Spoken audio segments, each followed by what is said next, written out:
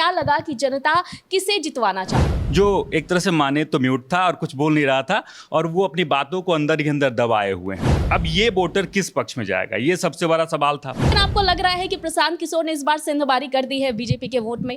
जब से प्रशांत किशोर ने एंट्री मारी उसके बाद से थोड़ा माहौल जो है वो बदला और बांकीपुर चुनाव सिर्फ बांकीपुर चुनाव नहीं रहा, एक रणयुद्ध और रण क्षेत्र के जगह पे तब्दील हो चुका था। कि लोग ऐसा कह रहे हैं कि राजद कहीं ना कहीं बैक सपोर्ट कर रही है जनसुराज को, इसमें सच्चाई है या नहीं? टूट वहां से हुई है। इस बार मुस्लिम वोटर जो हैं वो शिफ्ट हुए हैं जनसुराज की तरफ। बांकीपुर विधानसभा सीट पर उपचुनाव के लिए वोटिंग समाप्त हो चुका है, लेकिन जनता ने किसे अपना प्रतिनिधि के रूप में आशीर्वाद दिया है इसका फैसला 3 अगस्त को होगा जब वोटों की काउंटिंग होगी। लेकिन इससे पहले नमस्कार, मैं हूं आपके साथ प्रीति और आप देख रहे हैं सच टॉक्स और इस वक्त हमारे साथ हमारे सहयोगी सुधांशु मौजूद है। आपको बता दें कि सुधांशु वही हैं जो कि पूरे बांकीपुर उपचुनाव के दौरान फील्ड पर रहे, जनता का मूड उन्होंने जाना है, पूरी लोगों से उन्होंने बातचीत की है और कई जगहों पर वो गए हैं, तो इन्हें पता है कि जनता का मूड क्या है। तो चलिए सीधे इनसे हम बातचीत करते हैं। सुधांशु, ये बताइए, चूंकि चुनाव तो अब खत्म हो चुका है, जनता को जिसे आशीर्वाद देना है उसे जनता ने आशीर्वाद दे दिया है।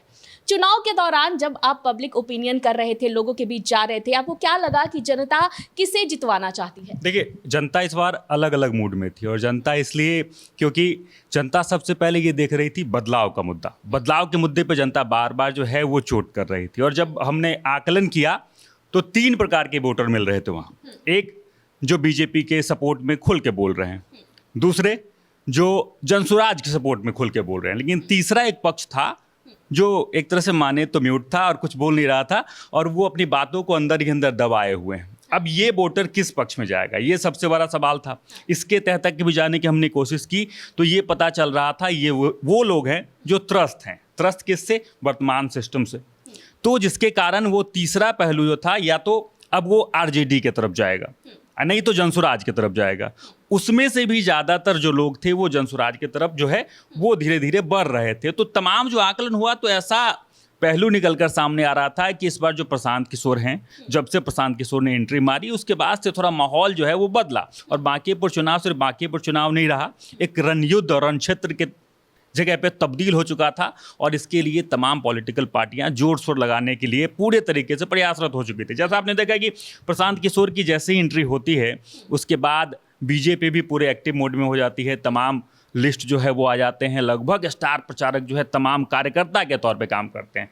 एक हद तक भी पीछे जो है वो बीजेपी भी नहीं रही है। बीजेपी ने पूरा एरी चोटी का जोर लगाया है क्योंकि साख की सीट थी, ये सीट नितिन नवीन की थी, ये सीट जो है वो बीजेपी के बॉस की थी, यानी नरेंद्र मोदी के बॉस की थी। तो साख वाली सीट है और तमाम पॉलिटिकल पार्टी अपने तरीके से पुरजोर कोशिश में थी। तो इस बार जो था कांटे के टक्कर वाला पूरा माहौल था इस बार बांकीपुर में। कहते हैं कि बांकीपुर जो है वो कायस्थ का, वहाँ पर कायस्थ जो है समाज वो कोर वोटर है वहाँ का। वही समाज ये डिसाइड करता है कि कौन यहाँ पर जीतेगा और कई सालों से जो भाजपा का सिटिंग सीट है वो रहा है और जैसा कि आपने बताया नितिन नवीन का सीट है, तो ऑफकोर्स ये प्रतिष्ठा की सीट बनी हुई है।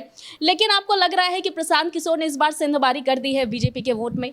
देखिए, प्रशांत किशोर सेंधमारी कायस्थ वोटर के अंदर नहीं कर पा रहे। कायस्थ वोटर मुझे लगता है कि स्थिर है, वो जो तमाम वोटर जो हैं वो बीजेपी के साथ हैं।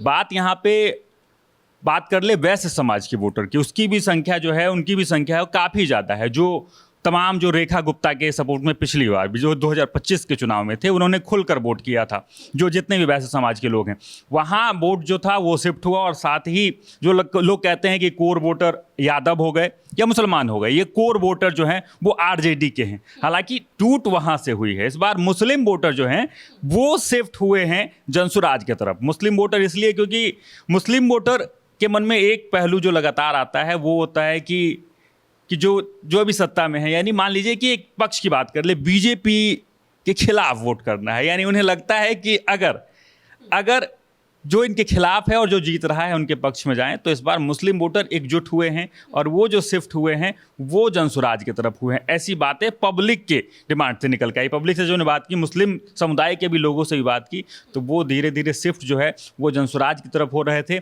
बात अब यहाँ कर लेते क्योंकि चर्चा में राजद नहीं रही है। राजद को एक तरह से माने तो लोग भूल गए हैं। लोग ये भी बाहर ये बातें कर रहे थे कि राजद जो है वो इंटरनली जो है वो जनसुराज को चाह रही है कि वो आगे आए, वो जीते। जी बिल्कुल सुधांशु, ये बात मैंने भी सुना और जितना मैं भी फील्ड पर गई वहां से मुझे भी पता चला कि लोग ऐसा कह रहे हैं कि राजद कहीं ना कहीं बैक सपोर्ट कर रही है जनसुराज को। इसमें सच्चाई है या नहीं? क्योंकि लोग तो कुछ भी कहेंगे, लोगों का काम है कहना, सच्चाई क्या है? नहीं, ये इसको लेकर बीजेपी ने चुनाव के बाद प्रेस कॉन्फ्रेंस कर दिया। प्रेस कॉन्फ्रेंस हुआ और उन्होंने सीधे तौर पे कह दिया कि आरजेडी जो है वो पूरे तरीके से सपोर्ट कर रहे थे जनसुराज को। यानी अजय आलोक ने ऐसा तक कह दिया कि आरजेडी के जो समर्थक हैं कह रहे हैं इनने नहीं उनने जाके वोट कीजिए। ऐसी बातें भी प्रेस कॉन्फ्रेंस में कही गई। यानी बीजेपी को तो ये लग रहा है, लेकिन जब आरजेडी चुनाव प्रचार में उतरी, भले ही लेट उतरी, देर आए दुरुस्त आए, जो भी हो, 2 दिन पहले उतरे तेजस्वी यादव और तेजस्वी यादव ने खुलकर ये कह दिया कि नंबर 1 और 2 की लड़ाई में जो है वो बीजेपी और आरजेडी है। वो तो जनसुराज को मान ही नहीं रहे थे। यानी आरजेडी तो कहीं से जनसुराज को नहीं मान रहे थे, बीजेपी ने मानना शुरू कर दिया था। बीजेपी की सीधी टक्कर जो थी वो जनसुराज से थी और सीधे जनसुराज पे जो है वो बीजेपी लगातार कटाक्ष करती रही है।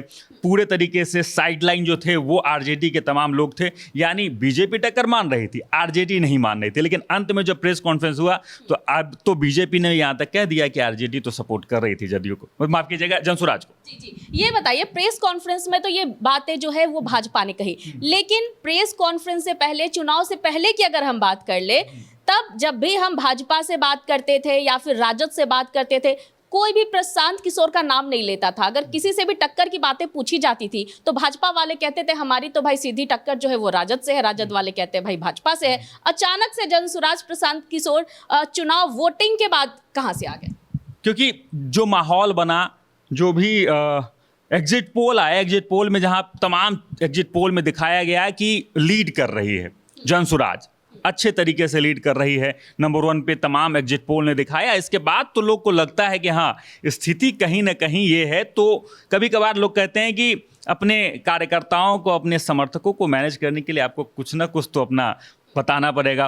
तो यहाँ पे सीधे तौर पे ये बीजेपी की तरफ से कहा गया कि आरजेडी और ये जो जनसुराज हैं ये भी दोनों एक दूसरे के पूरक हैं, दोनों एक साथ काम कर रहे हैं। ये आरोप तो लगता है और हमेशा लगता है। चुनाव में अभी और भी कई सारे आरोप लगेंगे। जब 3 तारीख को जो फैसला आएगा तो देखिएगा तमाम माहौल जो है वो भी बनेंगे और बनेंगे। जी, चुनाव प्रचार के 2-3 दिन पहले तक तो तेजस्वी यादव थे ही नहीं। क्या तेजस्वी यादव ने पहले ही हार मान ली थी या फिर सच में ऐसा है कि तेजस्वी यादव कहीं ना कहीं कोने में ये सोच लिए थे कि भाई हमें तो सपोर्ट करना है जनसुराज को ही, तो क्यों जाकर के समय व्यर्थ करना? नहीं, ऐसी कोई बात नहीं थी। देखिए, तेजस्वी यादव के लिए ये जो सीट था, वो ये जो चेहरा था रेखा गुप्ता, ये पुराना चेहरा था। बाकी 2 नए चेहरे थे। बीजेपी के नए चेहरे नीरज सिन्हा, जनसुराज की तरफ से जो प्रशांत किशोर हैं, उन पे तो बार बार बीजेपी की तरफ से आरोप लगाया गया कि बाहरी हैं, तो यानी उनको भी यहाँ के ये मान नहीं रहे थे। तो बात ये हो गया कि तेजस्वी को ये लगा होगा कि रेखा गुप्ता तो पुरानी कैंडिडेट है, रेखा गुप्ता यहाँ पहले भी अच्छे खासी वोट ला चुकी है, माहौल ऐसा ही होगा कि तेजस्वी उतरेंगे तो माहौल बदल ही जाएगा। ये सब सोच के हालांकि तेजस्वी लेट उतरे, लेकिन जैसे ही प्रशांत किशोर की जो एंट्री हुई इसमें, तो प्रशांत किशोर ने पूरा माहौल बदला और प्रशांत किशोर ने तमाम पॉलिटिकल पार्टी को भी सीरियस कर दिया। बाकी क्योंकि बीजेपी तो सीधे तौर पे वो समझ रही थी कि उनकी जीत पक्की है। बात रही आरजेडी के कैंडिडेट की, तो वहाँ टक्कर उन्हें पिछली बार मिला था, तो इस बार उनको भी लगा होगा कि चलिए टक्कर इस बार नितिन नवीन से नहीं है, इस बार नीरज सिन्हा से है, नए कैंडिडेट से है, तो वो भी हल्के में ले रहे थे। लेकिन प्रशांत किशोर की एंट्री जब होती है तो प्रशांत किशोर माहौल भी बदलते हैं और प्रशांत किशोर ने जो पूरा सिनेरियो सेट किया बांकीपुर की राजनीति में, उसके बाद तमाम लोग एक्टिव हुए। उसके बाद ही एक्टिव आपने देखा कि तेजस्वी भी एक्टिव हुए हैं पूरे तरीके से। हालांकि तेजस्वी पूरे तरीके से एक्टिव नहीं थे, सदन में भी नहीं थे। सदन जो चला, मानसून सत्र चला, उसमें भी तेजस्वी नहीं रहे, लेकिन चुनाव को उन्होंने अंत में सीरियस लिया। उन्हें लगा कि उनको सीरियस लेना जरूरी है, अगर वो नहीं रहेंगे तो सबसे पीछे रह जाएंगे, जिसको लेकर उन्होंने भी सीरियस लिया। आप देखिए, राजनीति है, क्या कुछ होगा, क्या कुछ फैसला होगा वो तो 3 को पता चलेगा, लेकिन स्थिति जो है वो बहुत ही, समझिए तो सिचुएशन तीनों पार्टी के लिए बहुत टफ है, क्योंकि बीजेपी भी अभी तक फिक्स नहीं कर पा रही अपने आप, क्योंकि वो जीत रहे हैं। बात कर ले जनसुराज की, तो जनसुराज तो दावा ठोक रहे हैं, और बात तेजस्वी की करें तो दावा वो भी कर रहे हैं बाहर आगे कि हम तो जीत रहे हैं, इतनी % वोट पड़े, हम तो जीत ही रहे हैं। तो लेकिन देखिए 3 तारीख को क्या कुछ होता है। सुधांशु, हमसे बातचीत करने के लिए आपका बहुत बहुत धन्यवाद। तो बांकीपुर विधानसभा सीट एक ऐसा सीट है जो ऑफ कोर्स कहा जाता है कि मोदी के बॉस का सीट है। प्रतिष्ठा की सीट है ये। अब देखना होगा कि आखिर जनता ने अपना आशीर्वाद किसे दिया है। एक बार फिर से भाजपा पर भरोसा जताती है या फिर प्रशांत किशोर पूरी तरह से भाजपा के वोटरों में सिंधमारी करते हुए नजर आते हैं। ये बातें तो 3 अगस्त को पता चल जाएंगी जब वोटों की काउंटिंग होगी। फिलहाल इस वक्त की खबर में और इस खास बातचीत में इतना ही। मुझे दीजिए इजाजत। देखते रहे सच टॉक्स।